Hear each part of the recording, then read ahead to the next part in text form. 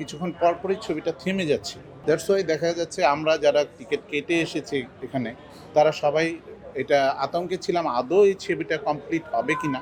আসলে আমি নিজেও অনলাইনে টিকিট কেটে এখানে এসেছি। আজকে আমি দেখলাম যে বিকেলে একটা শো আছে। আমি টিকিটই দেখলাম খুব কম, মাত্র কয়েকটা সিট খালি ছিল। আমি যখন দেখলাম 3:30টার দিকে আমি খুব তড়িঘড়ি করে টিকিটটা কেটেছি অনলাইনে। তো এসে অনেকক্ষণ অপেক্ষা করে তারপর ছবিটা দেখার সময় আমার কাছে মনে হলো জাস্ট টাইম ছিল 5:20-এ, বাট এই ছবিটার আমরা ঢুকতে পেরেছি হলে মনে হয় 5:30টার দিকে।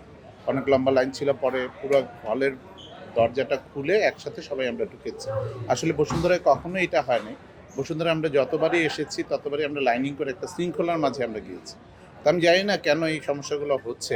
হতে পারে যে কোনো রকম মিস আছে এখানে, সমস্যাটা এটা ওই কারণে হয়েছে, বা কোনো রকম কমিউনিকেশন বা এখানে সিস্টেমেটিক কোনো প্রবলেম এখানে ছিল।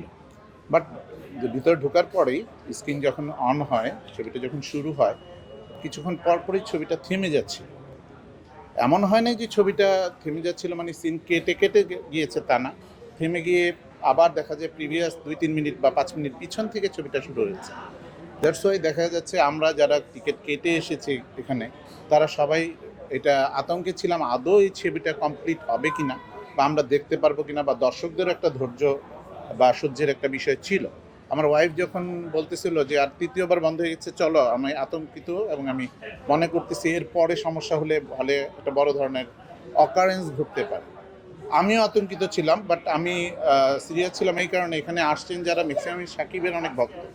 বেসিক্যালি যারা আজকে ছবিটা দেখতে আসছে মূলত সাকিবের জন্য আসছে। সাকিব খান এই ছবিটা প্লে করতেছে, সাকিব খানের কাছে আমাদের প্রত্যাশা অনেক। আমি এর আগেও গত ঈদেও আমি সাকিবের ছবিটা দেখেছি, তার আগেরটাও দেখেছি।